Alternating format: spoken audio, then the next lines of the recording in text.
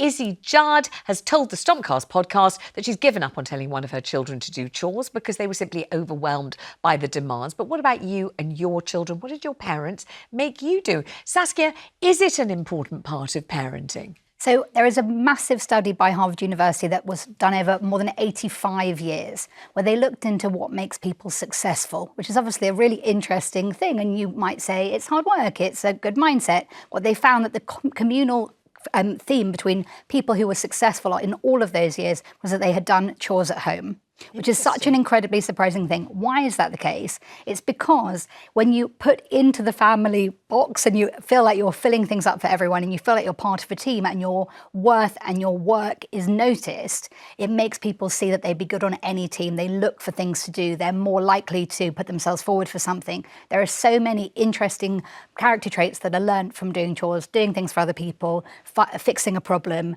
being skilled up to do things, being brave enough to put yourself forward for something.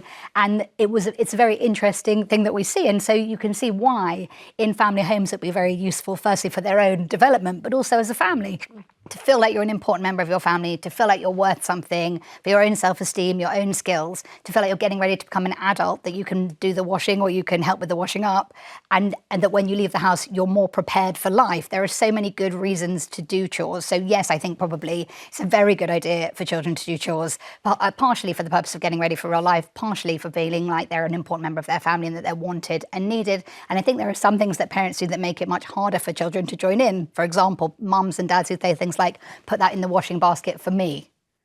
It completely devalues the point of putting it in. The point is that if the things go in the washing basket, everyone gets clean clothes. When you say, put it in the washing basket for me, there's no impetus, there's no feeling of responsibility. It means the only person who cares about the house, the only person who cares you've got clean clothes is mum or dad. And the child is just, if they're told off enough, we'll put the stuff in the washing basket. The feeling that we're all part of this family effort, the feeling that we're on a team that's trying to succeed together is a very big life changer for children, in my opinion. Sam, were you made to do chores as a child? Well, unfortunately, my mum is now to blame for my lack of success because Nettie, you're out there watching, I know, every time. I'm sorry, Mum, you shouldn't have done it. No, absolutely not. My mum was so generous with doing literally virtually everything for me. Really? I was not that way with my son, not least because I was a single parent like your good self, and I was in a situation in which I wanted to teach him to be a considerate person to live with. Because I think when I went to university, I was probably in absolute pain.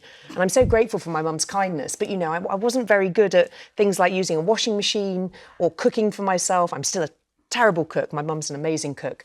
But I wanted, when my son went, that he didn't leave towels and he cleaned the loo and he looked after putting his clothes away. And so I was quite strict on arbitrary chores. What about you, Kevin? Well, we didn't have a stable to muck out, but I do remember putting the coal in the coal house, because I used to get tipped, because my dad was a coal miner, he used to get tipped on the street, and then you had to basically put it with a big shovel into buckets and then put it in the coal house. And I remember doing that. I might have only done it once.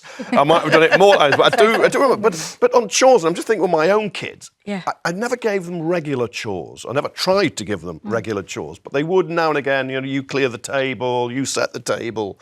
I think is there a difference between having set chores and just now and again? Is one better than the other? I think the key is age-appropriate chores that don't feel too much for children but are genuinely helpful, so that you're not annoyed with them for helping you and you don't have to redo it straight away afterwards. That you ask them to clear the dishwasher and they immediately drop all the plates on the floor. It's not really going to work out, and it doesn't help anyone learn mastery, and it doesn't make it a part of the family effort. But I think there's also a difference in generational chore asking, which is we've sort of come full circle from the parents in the 90s who felt so relieved to give their children this feeling of luxury and relaxation, now to parents who are really trying to sort of teach their children to become, adults with a core value system and a sort of, earthy and fighting for the world. We're very different in terms of what's the underlying feeling that parents want children to feel now. And I think parents are trying to work on self-esteem and practical skills, and it's very Montessori in some ways. Okay, question, because we've got lots of calls on this, I'm delighted to say, but what if you say to your child, of course, your chore is, let's say it's emptying all the bins in the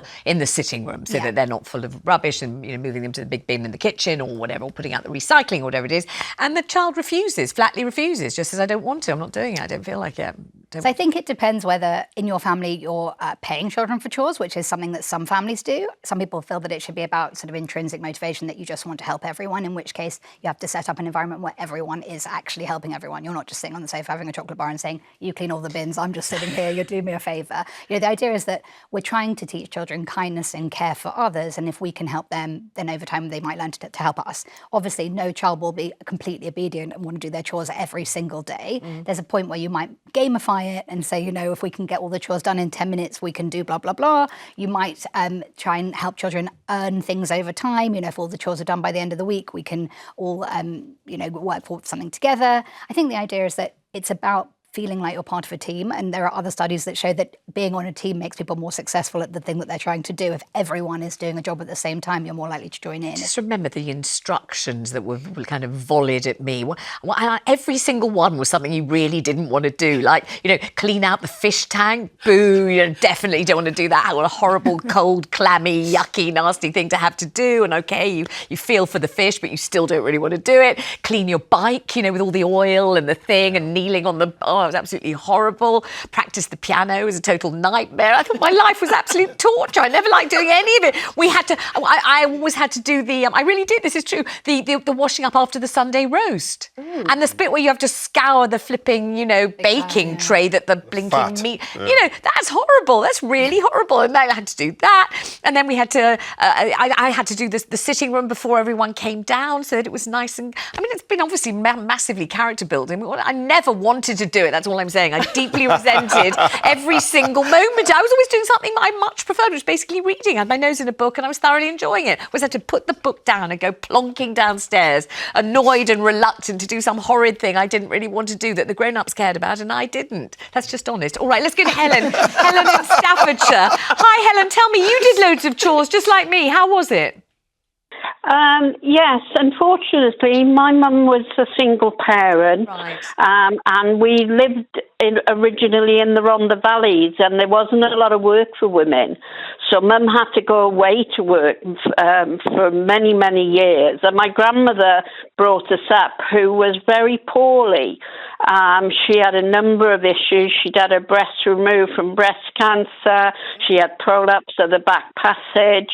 And don't say that on television, Helen. That's too much for anyone to stand. God, love us. Yeah. Poor woman. I mean, so I had to go home from school each lunchtime to make sure she had some food and clean her bedding and clean her and things. But I mean, I think kids should be able to dust and hoover. How are they going to look after themselves if all of a sudden you're not around? Good point. Excellent point. Let's move swiftly to Valerie in Wiltshire. Hello, Valerie. What do you think about children and chores? Well, my parents had a sweet and toy shop, and I was made to work in it. And my father made me do it for love and just gave me a 10 bob here and there. Mine too. My father used to call it the family war effort. My father used to say. That's right. Did yours? I bet it was the same phrase, and you didn't get paid by your own father because it was for your family, and that was it. You did it for love, dear. There we are. What my father says. And I looked after my mother when she was disabled. It never did me any harm at all. I think the children are too much on their phones and they don't appreciate what their families do for them. Too much mollycoddling, that's what it used to be called. Yes. Don't you think? Yeah. Yes, and there you were. Yes, there was definitely. Valerie doing all the chores, all the work, not getting... Look at her now, you see. It's made her a fantastic personality that can just come on TV I'm nearly 84. I think you're great. I think you're great. When you look back on it, do you feel that your dad did the right thing? Was he doing you a favour? You do? Yes, he put me on the property ladder when they moved to be near my sister and the grandchildren, because I wasn't married, because he didn't want me to look for a husband to put a roof over my head. And I didn't get married till I was 51. I'd like to see the movie of your life. I really would. I'd like to see you played by Pauline Collins or someone marvellous like that. Valerie, great call. What a pleasure talking to you. Thank you so much.